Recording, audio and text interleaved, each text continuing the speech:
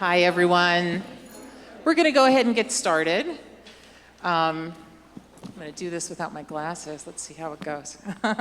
So welcome to the Arthur Ross Gallery and the closing celebration for David C. Driskell and Friends Creativity, Collaboration, and Friendship.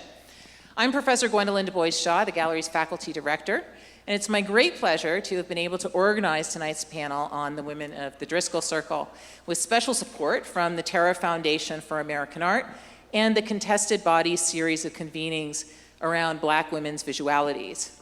This is a grant that I led for the last 2 years in collaboration with, which way? Oh. How's that? Yeah? Okay, thank you. I'm very well behaved. I'll do whatever I need to do. Okay, this is a grant that I've led for the last 2 years in collaboration with the now happily retired Doctors Lowry Stokes Sims and Leslie King Hammond, the still hardworking Cherise Smith, who is with us tonight, Dr. Mia Banyeris of Tulane University, and Jacqueline Francis of the California College of the Arts. This is the final event in that multi-part series. So why a panel on the women of the Driskell Circle? The exhibition Driskell and Friends comes to us from the David C. Driskell Center at the University of Maryland, where it was originally curated by the center's former director and Driskell's printmaker for many years, Curly Holton, who is Curly here? Yeah? I think Curly's supposed to join us tonight. Hopefully he'll come. During the run of the exhibition, I've toured numerous groups through the exhibition, speaking with Penn students and parents, faculty, staff, welcoming in members of the larger Philadelphia community and beyond. And no one I have spoken with after seeing the exhibition has expressed anything other than delight with this remarkable show of mid and late 20th century American art by a top flight group of what my Penn colleague Tukufu Zuberi would call African ascended artists. For me, it is wonderful to be able to highlight David Driskell's art historical contributions, spend time with the remarkable art that he made during a 7-decade-long career, and share the artistic legacy that he created with a dynamic artistic community that nurtured his creativity. So it's no wonder that in addition to being a practicing artist his whole life, his social and moral vocation was always to lift up and celebrate the artists and art historians who were his teachers, peers, and students. As evidence of that, about half of the artists in this exhibition about Driskell's friends and collaborators are women, including Mary Lovelace O'Neill, Betty Saar, Elizabeth Catlett, Margot Humphreys, Alma Thomas, and Lois Mailou Jones. It is my belief that Driskell was a feminist, or a womanist, to use the term coined by Alice Walker during the 1970s to elucidate the differences that were meant by women's liberation in the Black community. And I was curious to know if my sense about the uniqueness of Driskell's support for women was really true. So I decided to bring together tonight's panel to explore the professional and artistic relationships that Driskell had with women creatives and scholars over the course of his lifetime. Now, you'll have to pardon the length of these introductions, but I need to give these amazing women on the stage all their flowers. So, Dr. Rebecca Van Diver, here in green, is an associate professor of African American art at Vanderbilt University in Nashville, Tennessee. She received her bachelor's degree in the history of art and architecture from Harvard University, where I was her Mellon Mays mentor. So she's done pretty well. It's a good program. Go ahead, Rebecca. And she did her PhD in art history and visual studies from Duke University, where she also obtained a graduate certificate in African American studies, working with the great Richard J. Powell. She is the author of Designing a New Tradition, Lois Mailou Jones and the Aesthetics of Blackness, which came out in 2020 from Pennsylvania State University Press. A critical single artist study on the African American painter and Howard University professor, Lois Mailou Jones. She has also published on modern and contemporary African American art and culture in journals such as American Art, Art Journal, Archives of American Art Journal, and Callaloo. Van Diver also regularly contributes essays to exhibition catalogs, among them Alma Thomas, Everything is Beautiful, Multiplicity, Blackness in Contemporary American Collage, and Southern Modern, Rediscovering Southern Art from the First Half of the 20th Century. At present, she is working on a new book project which considers Elizabeth Catlett, Charles White, and Faith Ringgold's artistic engagements with ephemeral print during the late 1960s and 70s, provisionally titled States of Emergency, The Politics of Ephemerality in the Art of Elizabeth Catlett, Faith Ringgold, and Charles White. Sounds good, I can't wait. Right now, Van Diver is a Chancellor's Faculty Fellow at Vanderbilt. In addition to that support and many other awards, she has received support from the Mellon Foundation and the National Endowment for the Humanities. Dr. Adrienne L. Childs, over here, also in wonderful green. Too long? No, it's all good. Is an art historian and curator specializing in race and representation in European and American art. She is senior consulting curator at the Phillips Collection in Washington, D.C., and is currently a distinguished scholar at the Leonard A. Lauder Research Center for Modern Art at the Metropolitan Museum of Art. Her current book project is an exploration of Black figures in European decorative arts titled Ornamental Blackness, the Black Figure in European Decorative Arts. It is forthcoming from Yale University Press. Her ongoing curatorial projects for the Phillips Collection include Vivian Brown, My Kind of Protest, Seeing Us, is it Seeing Us? Yes, Seeing Us. It's like you, Seeing Us. Seeing Us, okay. And Beaufort Delaney, Love and Sexuality and, wait a second, but no, Love and Abstraction, excuse me. Yeah, I know. I didn't mean Well, I'm sure that exhibition will get there, though. I'm sure it will, if you're working on Delaney. Beaufort Delaney, Love and Abstraction. She recently co-curated The Color of Anxiety, Race, Sexuality, and Disorder in Victorian Sculpture at the Henry Moore Institute in Leeds, England. She was the guest curator of Rifts and Relations, African American Artists in the European Modernist Tradition at the Phillips. Dr. Childs is also a past curator at the David C. Driskell Center at the University of Maryland, where she curated many exhibitions, including Her Story, lithographs by Margot Humphrey, Arabesque, The Art of Stephanie Pogue, Creative Spirit, The Art of David C. Driskell, and Tradition Redefined, the Larry and Brenda Thompson collection of African American art. Childs is the 2022 winner of the David C. Driskell Prize in African American Art and Art History awarded by the High Museum in Atlanta. Very nice. Dr. Cherise Smith, in the middle with mixed patterns on, is the Joseph D. Jamal Chair in African American Studies in the Department of African and African Diaspora Studies at the University of Texas, Austin. Her research centers on African American art, the history of photography, performance, and contemporary art, specializing in American art after 1945, especially as it intersects with the politics of identity, race, and gender. She is founding executive director of the Art Galleries at Black Studies at Texas. Dr. Smith previously directed the John L. Warfield, why is that hard for me? John L. Warfield Center for African and African American Studies. From 2021 to 2022, she was the inaugural scholar of the Getty Research Institute's African American Art History Initiative. Her first book, Enacting Others, Politics of Identity in Eleanor Antin, Nikki S. Lee, Adrian Piper, and Anna DeVere Smith, was published in 2011 by Duke University. It examines how identity is negotiated in performance art in which women artists take on characteristics and manners of a racial, ethnic, or gendered other. Dr. Smith is also the author of Michael Ray Charles' Studies in Blackness from University of Texas Press 2020, which won the Charles C. Eldridge Prize for Distinguished Scholarship awarded by the Smithsonian American Art Museum. The book places the artist's work in the context of the 1990s, the rise in collecting of Black memorabilia, and that's in quotation marks, the challenges posed by art censorship and pop art, among other historical trends. And our moderator for tonight in the magnificent, strong-shouldered blazer, is Jordana Morsegese.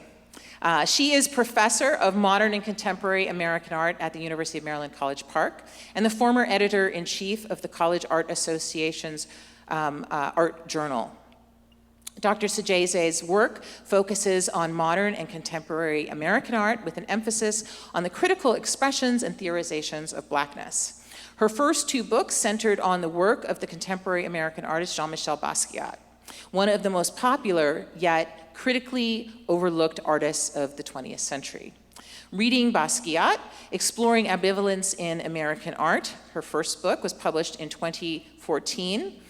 It was the first, and still is the only, monographic study of Basquiat to be published by an academic press. So that is the authority on Basquiat. Her second book on the artist, titled The Jean-Michel Basquiat Reader, very creative. You know, I remember Jordana telling me, if I had known that the second book was going to be The Reader, the first book would not have been Reading. But that's okay. The second book, The Jean-Michel Basquiat Reader, Writings, Interviews, and Critical Responses, was published in March of 2021 by the University of California Press. And her most recent book, proving that she knows not how to rest at all, just came out last month. And is titled Heavyweight, Black Boxers and the Fight for Representation. So please give them all a warm welcome, and I will hand things over to Jordana.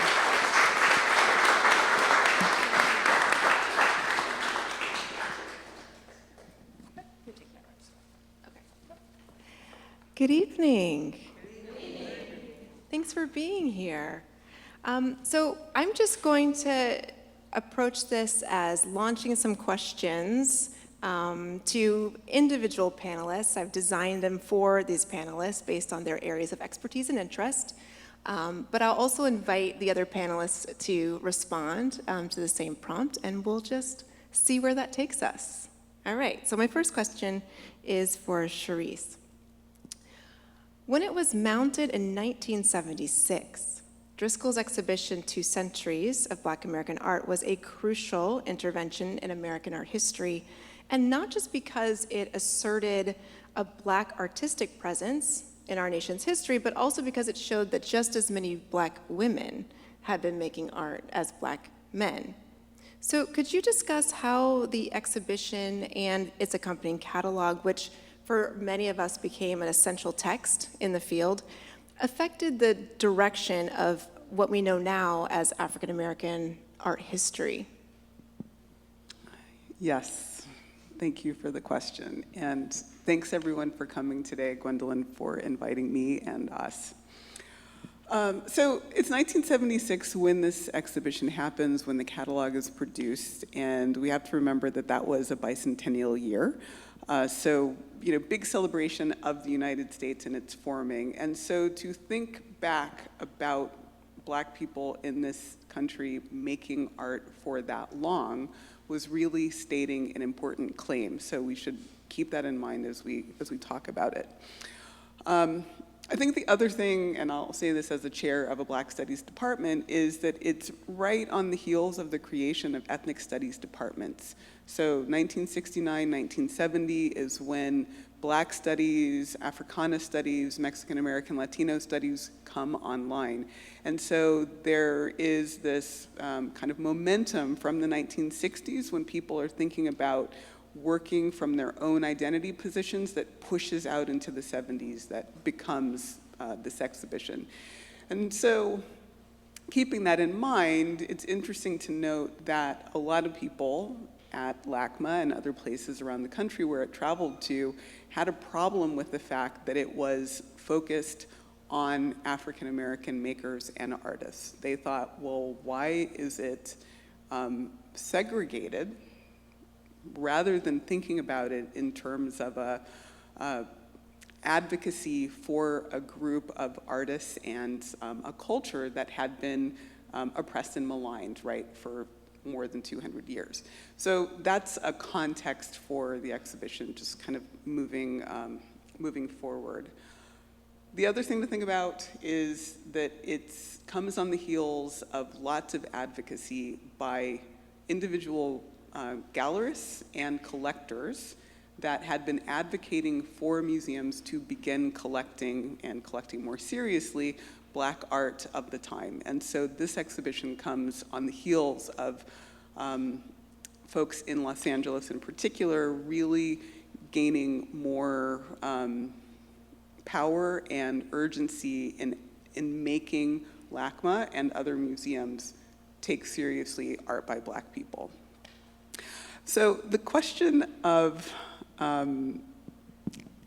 women artists being equally advocated for in this exhibition, that's a little trickier. And it's a little trickier because, in fact, 12 or 13% of the artists in the show are women, whereas the rest are men.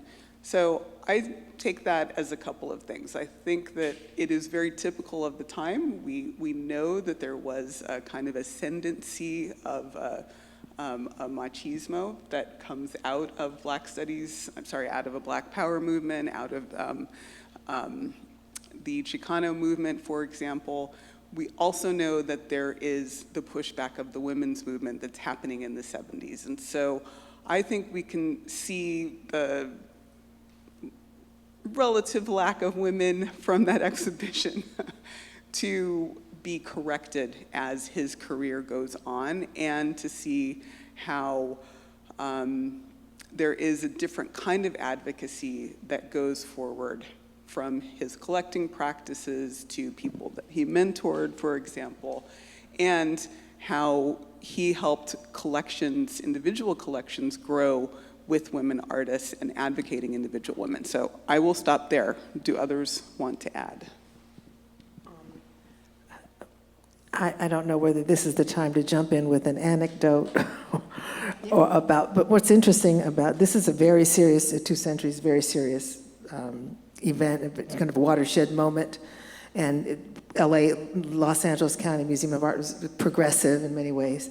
But when David and Aurelia Brooks, who was on the board at LACMA, came to do a talk at the Driskell Center for a panel, for something we did, he talked about the event itself, and they talked about how Aurelia talked about how the museum wanted the caterers to dress, the women to dress in Aunt Jemima clothes with scarves on their heads at the opening.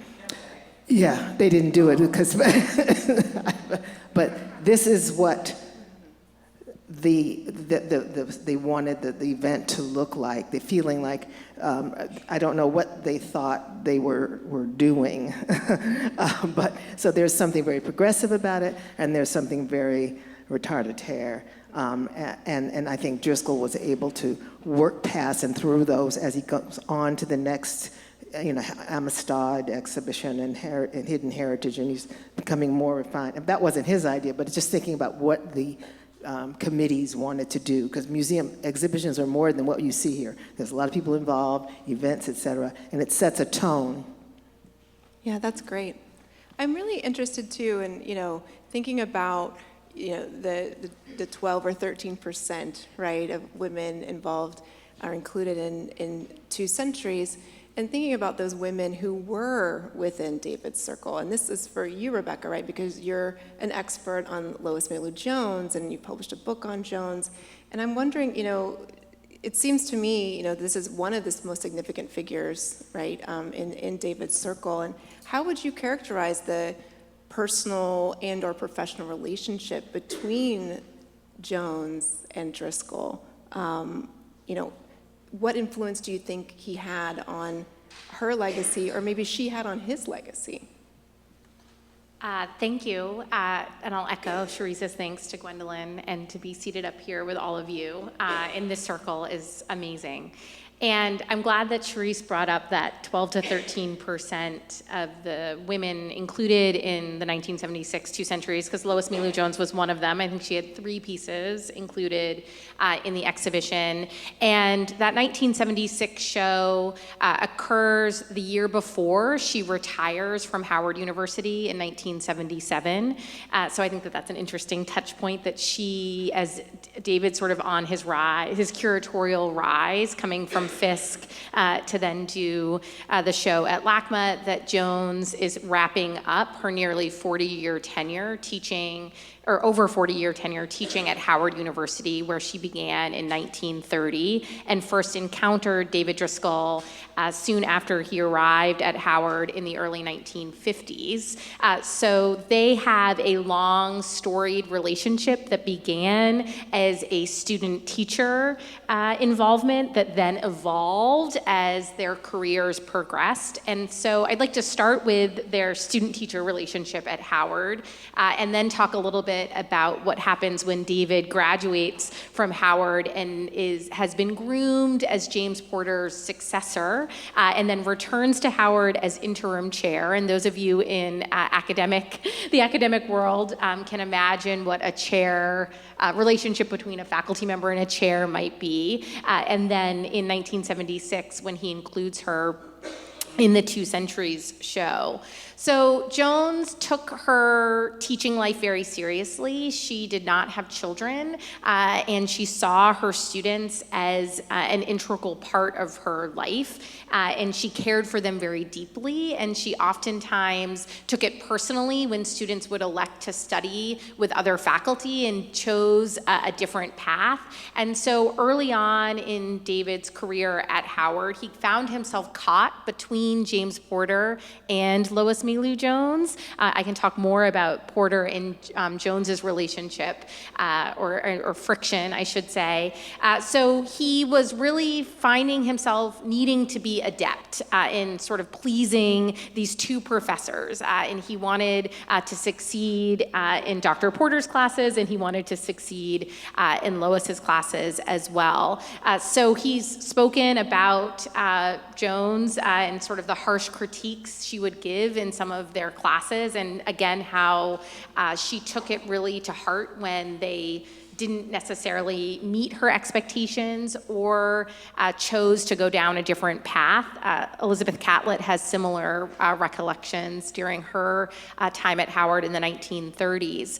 And after David graduates from Howard, he remains in the fold and is asked back to serve as interim chair of the Department of Fine Arts at Howard while James Porter is on sabbatical, traveling through West Africa. And in the archive, in David's archive, he keeps a set of letters that he sent to Porter while Porter is on leave that dealt with Lois. Lois had returned late from the vineyard and was late to resuming her classes, and he was trying to figure out how to manage her because he says, she came late, she wants a different class schedule, and I don't know what I'm supposed to do. And Porter is not so kind in his response about how to handle Jones, but nonetheless, David needed to figure out a way to interact with her as the acting chair. And so their relationship evolved from a student teacher to that to colleagues. And so by the time the 1976 show at LACMA comes about, Jones has been working really steadily to increase her presence on the national scene. Some of you may be aware that her fellow Washingtonian Alma Thomas has, in the early 1970s, hit the jackpot with her first solo show in New York, and Jones was a little jealous that had happened. She is receiving her own accolades in Boston. Barry Edmund Gaither at the National Center for Afro-American Artists gives her a solo exhibition. She's included in some shows at the Boston MFA, but when Driskell includes her in LACMA, at the LACMA show, it's really a moment where I think he's beginning to pay homage to her and to really be forward-looking and understanding how that exhibition is setting a new canon and creating, as Charisse said, an opportunity for a new understanding of what African American art has looked like. And so his decision to include her sort of helping cement her place. Yeah, that's so interesting that we have a work here in the gallery called Homage to Lois Mailou Jones. And one of the stories that I heard, which I would love to know if it's true, is that Lois actually paid David's tuition and got him into Skowhegan. And so, it's really interesting that, do you see, this kind of full circle moment coming, that homage as being maybe connected to that recognition of what a critical role Skowhegan played in his career and her sending him there? She definitely nominates him for the Skowhegan Award. So Howard and Skowhegan had brokered a deal where there was to be one Howard student sent every summer, but so she spearheaded his nomination. I was unaware that she paid his tuition, but I do think that it would speak to that cycle or that legacy, and I think the idea of paying it forward, which I think is something that we all embody here as a continuation of his legacy and his desire to pay respect to those who had helped him. Yeah, it's interesting, that full circle moment for someone that was once his advisor, he becomes the person that supports her. Adrian, as a mentee yourself of David Driskell, I wonder if you could tell us a little bit about what your experience of his mentorship was like. How did he approach mentoring, and how has that impacted your trajectory? Well, the only reason I'm here is because of him, so I always say that. But we had a long relationship. I was at the University of Maryland as an undergrad for 1 year, and the woman who I spoke about earlier, Aurelia Brooks, who was a friend of his, said, "You must go see David." I was an art history major. I went to see him. He was chair of the department at the time, and I was not in his class, but I went to see him because it was a family connection, and he was very, very welcoming and generous, and he said, "Would you like to be an intern on this project that I'm working on?" And he was working on, like, either Amistad 1 or 2. And it scared me to death. I said, "Yes, I'd love to," and I walked away, and I hadn't seen him for about 20 more years. I was really, I didn't go back. I didn't know what to do. But that is him. He immediately said, "Would you like to help me work on this?" Bringing me, I mean, I wasn't necessarily a perfect stranger, I have a family connection, but bringing me into the fold. So when we fast forward to when I decided to go back to graduate school for the second time to pursue this PhD in art history, I came to him and he said, "Come to Maryland." I get to Maryland right at the point when they're starting to do work on his show, right about a year before, the show of his collection called Narratives of African American Art and Identity that ended up traveling the country. And he brings me into that project. And the curator of the project got ill, and David and I essentially curated it ourselves. So, I mean, really on-the-job training. And then when I'm coming to his house, working there and selecting the works, and it's very much a partnership. And I am literally, I'm a grown-up, but I'm still, just learning and in terms of this academic pursuit of, higher art history learning, if you will. And then he asked me to curate a show of his work that they wanted to travel as a companion show to the big show, and it's called Echoes: The Art of David C. Driskell. And so next thing you know, I'm the solo curator for his work, and then I ended up curating several shows for his work. They invite me to become the first curator at the David C. Driskell Center when that is established. So I literally my career is a result of, I think, my hard work and his constant support. And like I said, on-the-job training. And it's also, he's kind of a family person. And his method is very familiar. He's not ideologically banging you over the head, but because he's been, the work that we're looking at, he's had an integral part in being, mentoring these artists himself. And he's been a part of this story, so he can talk to us, to those of us who have the benefit of working with him, about real, the stories. Often they're in the form of anecdotes, but he's part of this history, and he shares it willingly, and it is not a sort of a heavy kind of I guess, didactic, but you end up learning a lot. And then, of course, there's also the support of writing the recommendation letters, introducing you to all of his colleagues and friends, making sure those connections are made. It's a generosity of spirit that that I feel like it's something that I am now doing to younger colleagues, that I feel like every time I get on a project, like I was recently curated an exhibition, we had to have two young essayists who had never published before. And I wanted to make sure that I'm paying it forward.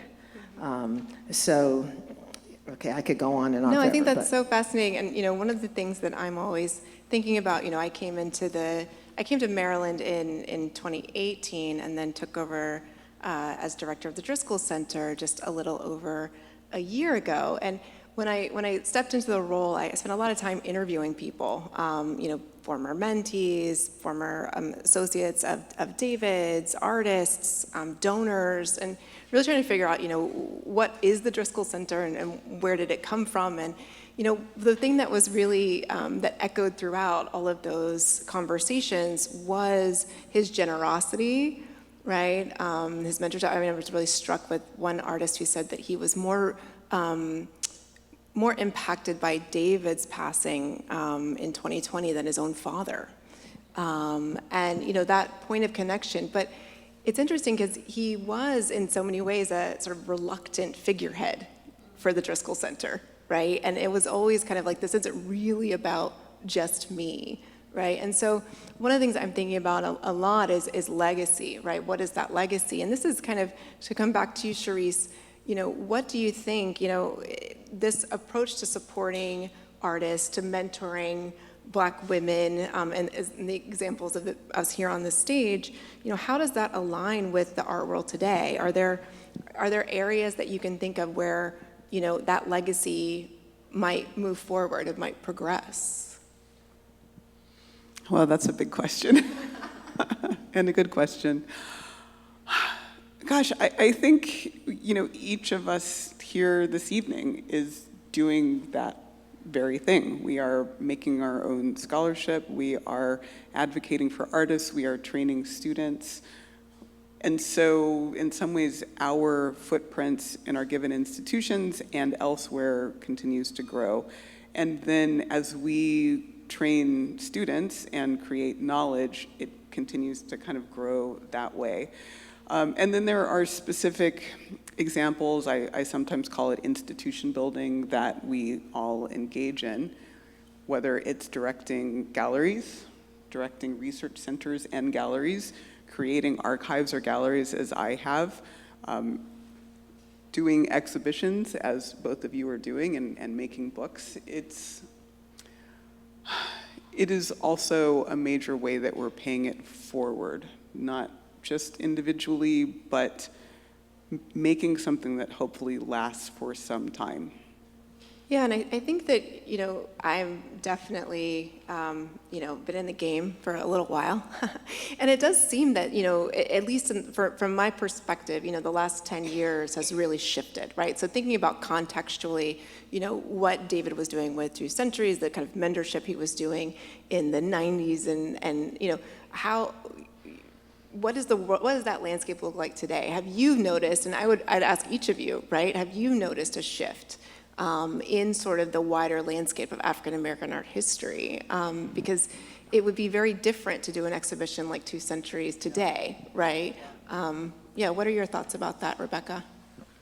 Well, I guess I was thinking if I can share another anecdote about David in this idea of mentorship, because I think, Charisse, what you're also getting at is this idea of the difference between being a door opener and a gatekeeper, and the way in which he modeled for so many of us how to be a door opener. And in my own work, when I was working on my book on Jones, I ran into an archival roadblock, and I wasn't being allowed access to a set of papers. And it was before David had given his papers to the Driskell Center.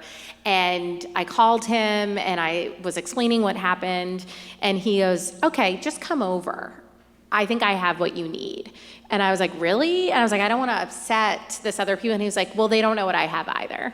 So you come here." And so I went to the Hyattsville house.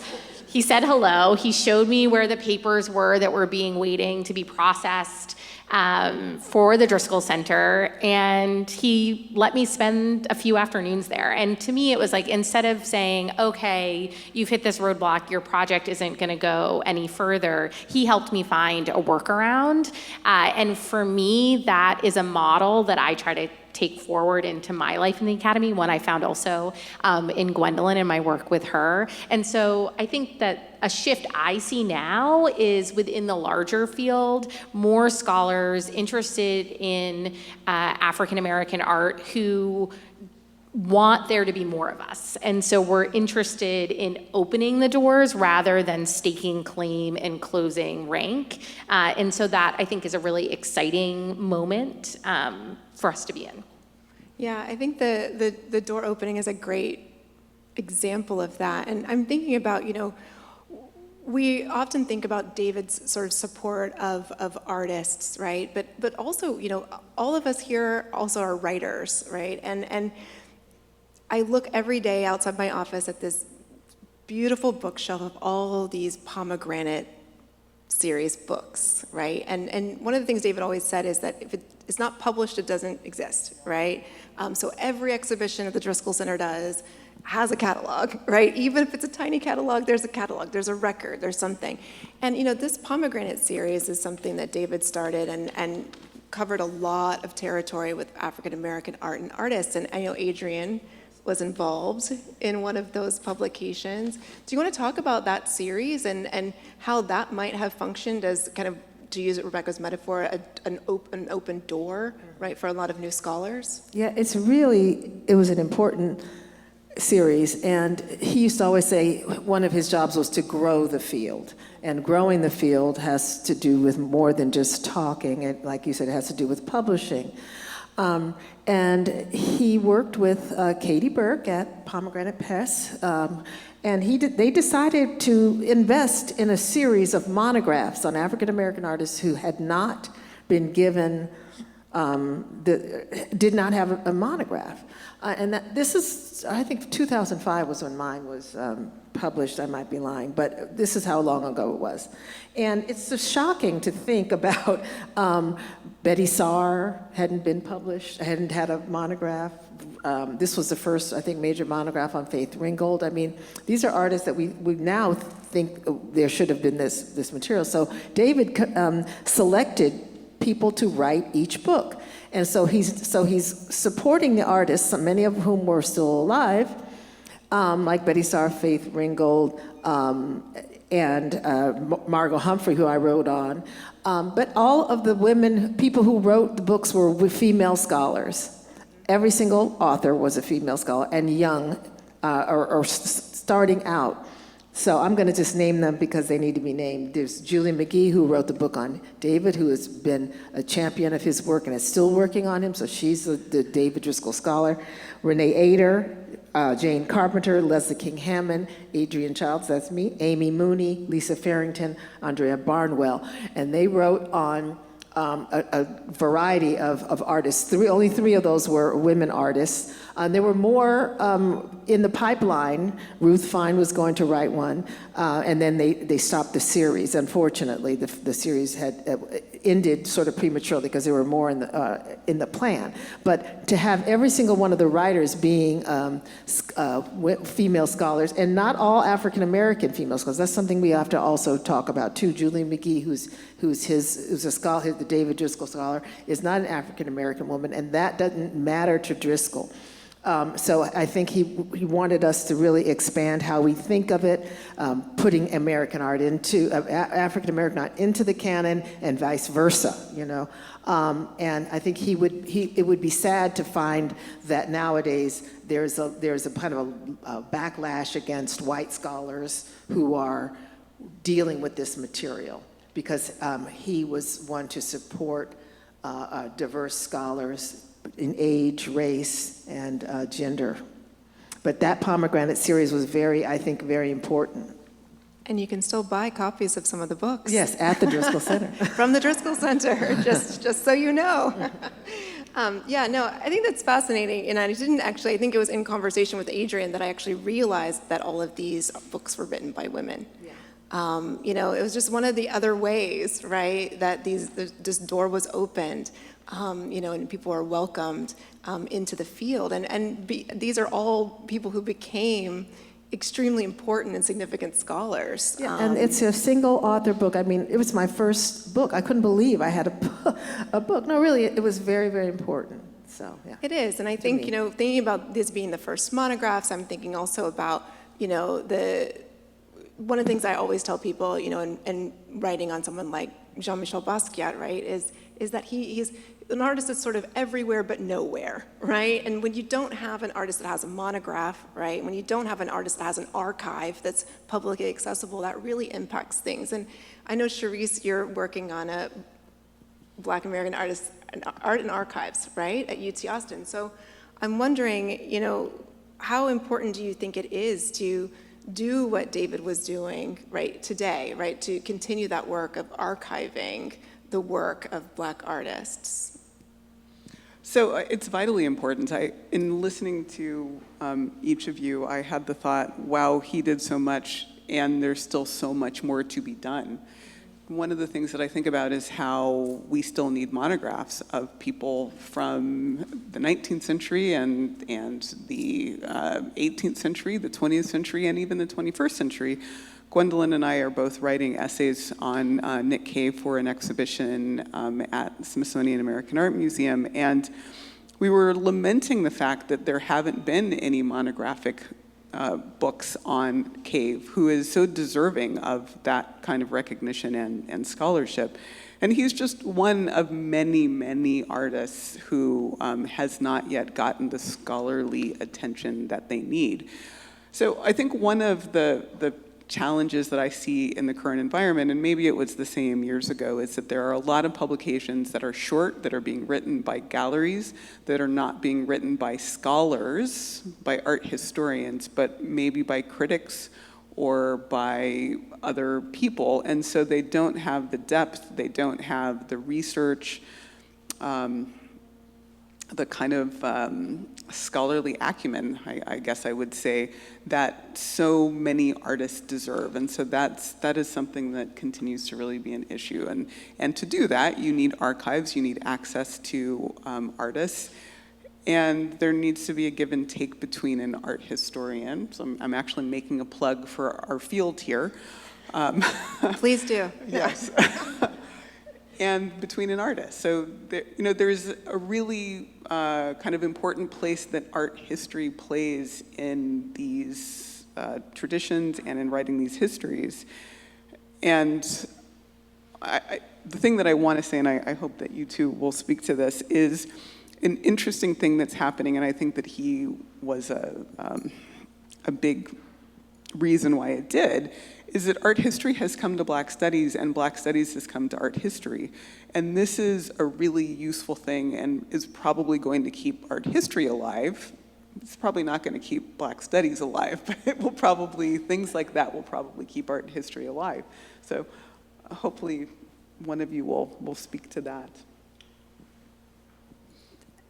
I'm putting you on the spot, I'm sorry. I'm trying to figure out what, say it again. Well, I think an interesting thing that we can talk about his work is that he considered what he did in some ways to be a sociology of art history. And so there's a social history of art that he was writing that we are also in the position to write, especially as we're thinking of people who occupy particular identity positions. And so we might think of women and gender studies as being a really big component in art history now. We might think of Mexican American, Latino, Native American, Indigenous studies. So many of us cannot do our work in this field anymore unless we go to these other kind of identity studies, and he was a big reason why we do that. Well, what you're saying is making me think of the kind of historiography that he brought to every, exchange. I mean, knowing the history of the history, and being a part of that history of the history, and made you understand the importance of the differences between exhibitions, catalogs, like we're talking about, and the way art, African American art, is propelled through that genre, and then these more academic, and then the interdisciplinary, I think, is what I'm hearing you talk about it. But just the importance of knowing not just sort of the details about the art and the analysis of the art, but how the art has moved through this world, and who is championing it, and where has it gone, and why have we forgotten, and how are we going to resurrect? I mean, there's a whole ecosystem that he had a great understanding of that makes me think of art in a much more three-dimensional way. That's why just having the center is a place where you can explore all the dimensions. Well, I think, one of the things that I often think about, because I get to look at David's papers every day when I go into the office, is, just how expansive they are. And, we also have Trotobia Hates Benjamin's papers as well. And what they hold in common is I think, I would argue that they kind of set a model for all of us here on the stage, which is that, this is a type of art history where we are also creating an archive at the same time, right? We're researching and we're writing, but we're creating our archive at the same time. And we are the ones that are documenting this, right? And we are the ones that are holding, in a lot of cases, at least when I'm working with contemporary artists, even I'm the one who's teaching them how to document their work, how to archive their work, right? What is going to be important 50 years from now that we know. And I think that is really the model that he gives to us, right? Is that that sort of wide historiographic approach, and knowing, when we do exhibitions at the center, we did one recently where we pulled out some work from the papers, and it just made me laugh that he'd written a letter to someone, but he had it, right? Because of course he wrote the letter and copied the letter. Because we had the letter uncreased, right? I mean, it was uncreased. It was like this had never seen an envelope, right? But, that really kind of, I think, is a testament to his own awareness of, if he didn't document this, and if he didn't do this, who was going to do it? Yeah? It's amazing how much stuff he kept, even as a very young person, knowing that, seeing the future, that he needed to keep every little piece of paper, just a little. We go to an exhibition and there might just be a little list, and then he's kept it. That's what's helped. And Trotobia was the same, right? Trotobia was his first PhD student, and her archive is also quite vast. But she would do things like go to exhibitions and pick up postcards and keep them, right, and just file them away. But, one thing that she would do is she wouldn't just, and I know this just from being in her papers, like, she wouldn't take one. She would take 2 or 3, right? And so, for the longest time, the center had a practice for its library collection of collecting 2 of everything, right? And so there's something there about kind of, really recognizing the importance of this archive. And yeah, that's just fascinating to me. I'm wondering, Rebecca, since you spent so much time in Lois's archive, did she was meticulous. Any of those tendencies? Oh, meticulous. Yeah. But I think in her case, I think it was a lot about knowing that where she wanted to be, and that if someone was going to write her story, this is what they would need. She's an amazing set of scrapbooks that are scanned, and not digitized, but microfilmed at SAM's, or the Archives of American Art, rather, as part of the Smithsonian. But what was striking me as we're talking about David and we're sitting with his friends here, was the way in which he was both an artist and an art historian, and how that to me is like the way he's in the middle. And I see that middleness playing out also with how he was trained by Porter, who becomes the preeminent art historian, and Jones at Howard, and how from very early on he had to navigate both of those worlds and was a maker both of art history but also of his own art, and how as he continued to produce his own creative artistic output while also contributing to the production of art historical scholarship, that speaks to the value, I think, of what Therese was getting at, is when we think about this growing interest in the crazy market around contemporary Black art and visual culture, that we still need the history, and he modeled that, right? Because he's creating works that are being collected while also advocating for the writing of these art histories. So I would hope that both disciplines can stay alive, but I think I hear what you're saying, that it's that at that intersection, at that meeting of the middle, and for so many artists, he was where they met. He was that middle. I just started thinking about these aspects that we're talking about, but one other thing we need to think about is collecting, as a collector, and in terms of the topic being supportive of women, he's supporting women, working with women collectors, and we have the big Sandra Backus collection and I'm still acting like I'm still working at the Driskell Center. You can come back.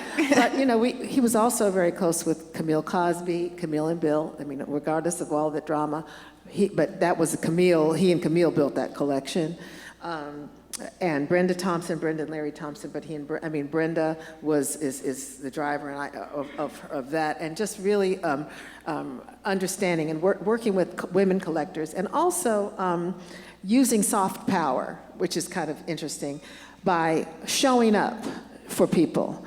And that I always said that when I was giving a paper in Florence, Italy, and who shows up? David Driskell. Of course, he wanted to go to Florence, but he and Rodney came. But he would come to my talks if he's anywhere near, right? He would say, "I'm going up to New York because there's doing a gallery show of Mary Lovelace O'Neill, who is one artist who really deserves a whole lot more than she's been getting." And it doesn't matter how tired he was, but you just showing up at the opening for Mary, he knows the kind of power he wields. It has a ripple effect and lends something to that. And he did that often with many of his friends, but being able to support us in kind of his gentle, humorous way, but being there or having his name on a letter that he's written for you went a long way, and he knew how to do it without making it obnoxious.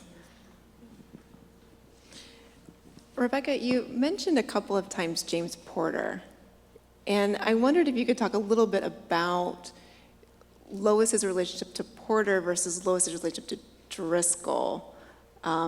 Was there any major difference there? I know that in your book you talk a lot about the sexism that Lois faced in trying to establish her career in that moment.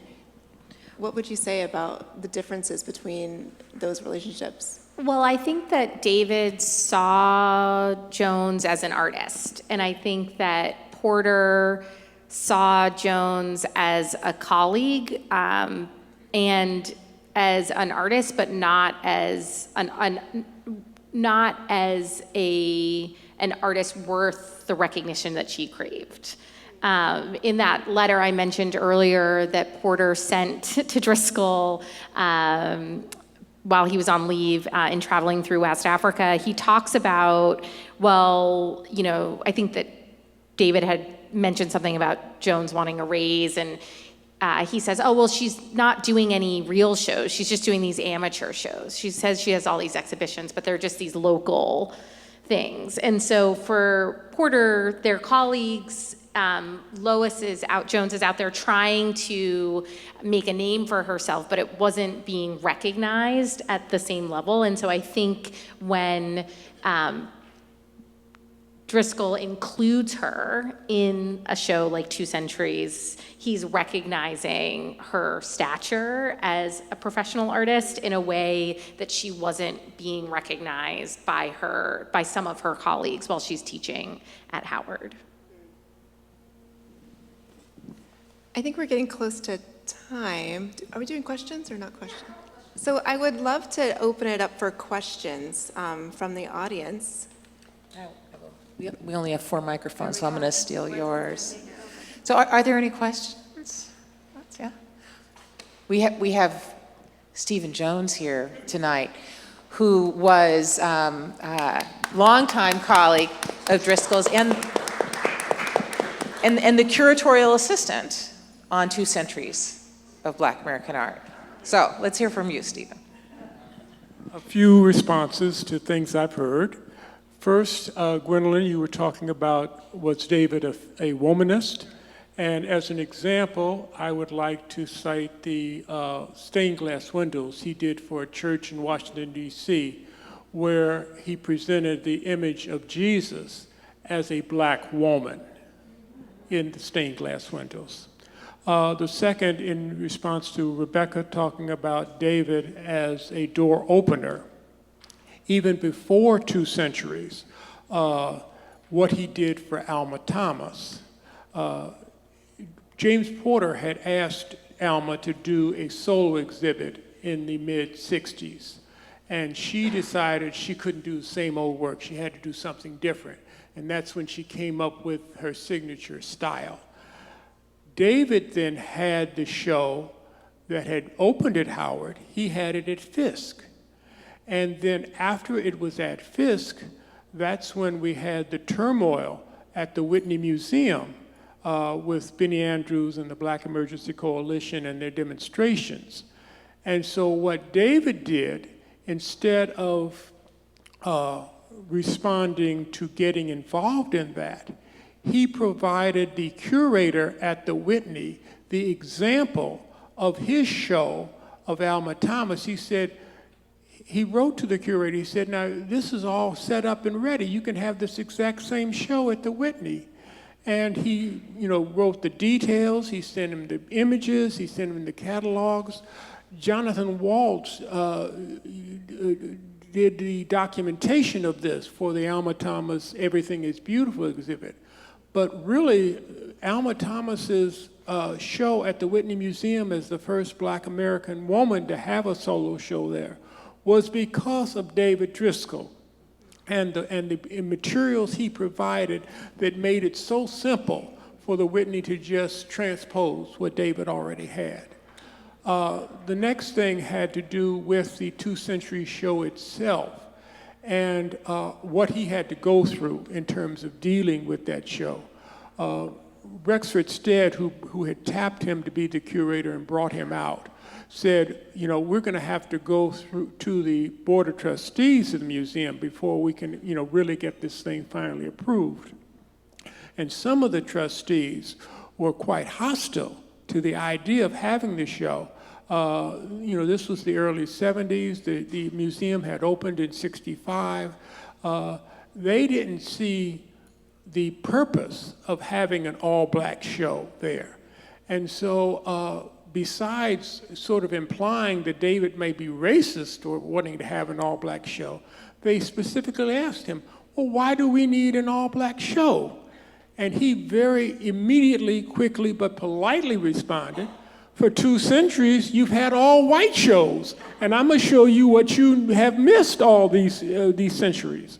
And so that's the way he was able to respond and get them to support that exhibit. And one of the reasons they had multiple examples by many of the artists was because originally, number one, it was supposed to be twice as large as it ended up being.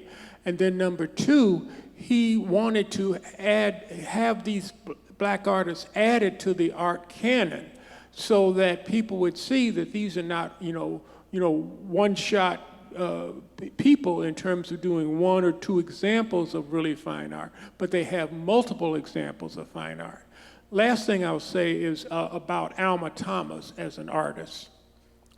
She was someone who was known to be a teacher at a junior high school, so she was assertive and aggressive and kind of in your face. But rather than just being a teacher, she was also a student. I knew her for the last 5 years of her life. I was in my mid-20s, she was in her early 80s. But when I would go by and visit her at her home, she would be working, on her paintings, on her kitchen table. She'd usher me in and tell me to sit down by her. She said, "Now I want you to help me work on these." And she'd attempt to put the watercolor brushes into my hand and have me paint on her painting. I said, "Alma, I'm just gonna mess up your work. I'm not an artist."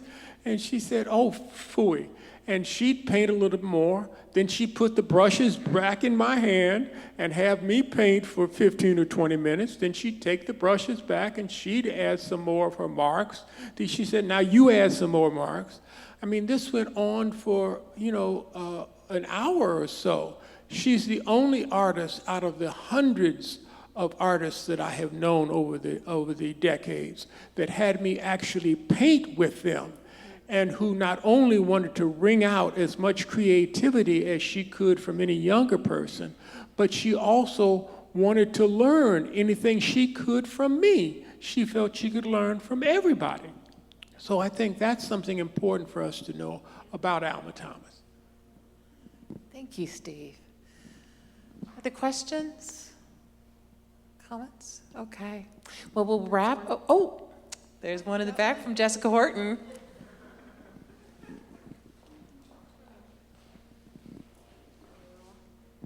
Thank you all so much for this amazing panel. I'm just, of course, thinking about the context, the kind of national and institutional context that we're living through today as you're remembering Driskell's life and the sort of waves of change-making within, institutional racism that he moved through, and, with attacks on DEI and attacks on affirmative action and critical race theory. I'm just interested in what seeds for a response to our current moment do you find and sort of cultivate in remembering Driskell's legacy right now?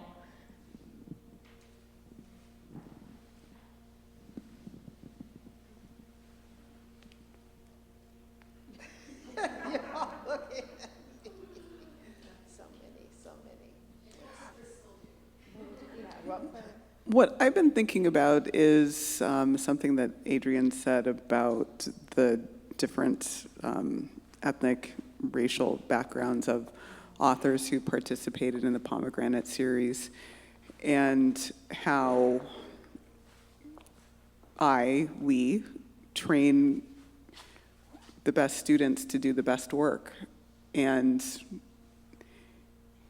having that that training, having that mentorship, being a mentor to a protege, regardless of their ethnic, racial, gender, other kinds of backgrounds, is a model that he put forward that I certainly do in my own work. And there is a way in which we are at risk in a polarizing moment like we're living in, of not having good work done by the good people who want to do it. So that is what I will say to that. I'd also add that I think he would create space and place like we have in the center that's named after him. I think creating venues and workspaces where people can come together to talk about ideas. And I think that that was something that he did in a variety of different ways. And so that's how I think we can see that legacy emerging in the contemporary moment, is continuing to hold space and places where those conversations can happen and that they can be a mix. And it's interesting, when I said he always showed up, I think he would be invited to little tiny college in somewhere, East Oshkosh, and he would go. And going and showing up and evangelizing like he did about his work, about the work of others mostly, that tends to get, because a lot of these things are based in ignorance. these issues with critical race theory, issues polarizing. They're based in ignorance. And his willingness to share his work and share the word far and wide and not being exclusive about who he talks to and in what spaces, that made a difference. And I think that is the thing that, for me, I often will say yes to doing something that I don't really want to do or need to do, but I feel like this is bringing the work to places where, and that's directly based on his model of not saying no. Yeah, I think that's a great thing to emphasize, because he showed up here in this room many times for different events. And this summer we were going through our archives and found these marvelous pictures of David in this space with these Romare Bearden collages behind him on the wall. He was a great friend of the gallery and a great friend of Philadelphia. And I just want to end by thanking you all for showing up. And, okay, we'll do your question. That's okay. Yes, please. Just becoming familiar with David Driskell. So I want to know how much of him was artist, scholar, and activist. Can you give me some proportions? Well, he used to always say he was first and foremost an artist. He would say that, but I think his work tended, just like all of our work, tends to take over so his work as a scholar, his work as a teacher, his work as collector and curator took a lot of work, but he identified himself as an artist. I don't know about the percentages, though. I think that's a question that a lot of art historians get. Like, well, what is the art that you make? Do you make art? And I'm like, not so much anymore. I wish. That's great. No. So I want to thank you all for coming tonight. We have more reception for you if you did not already partake to your heart's content. So please, if you know folks who have not seen the exhibition yet, it closes on Sunday. Please come back if you want to see more of it without the chairs in the way. Thank you. Have a good evening.